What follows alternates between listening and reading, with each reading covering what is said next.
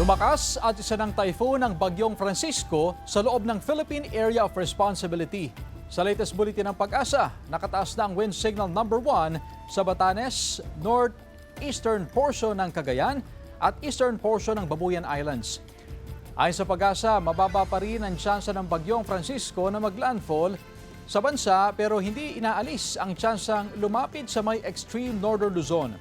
Posible namang lumihis ang bagyo palayo sa bansa at tumbukin ang Ryukyu Island sa southern Japan. Maaring makalabas na yan ng PAR sa Biyernes. Bukod sa bagyong Francisco, may isa pang low pressure area na minomonitor sa labas ng PAR. May tsansa rin itong maging bagyo at lumapit o pumasok sa PAR sa mga susunod na araw. Nagbabalik din ang habagat dahil hinahatak at pinapalakas ng bagyong Francisco. Magpapaulan din ang localized thunderstorms. Sa datos naman ng Metro Weather, may tsansa ng kalat-kalat na ulan sa northern at central Luzon. Posible ang ulan sa iba pang bahagi ng bansa.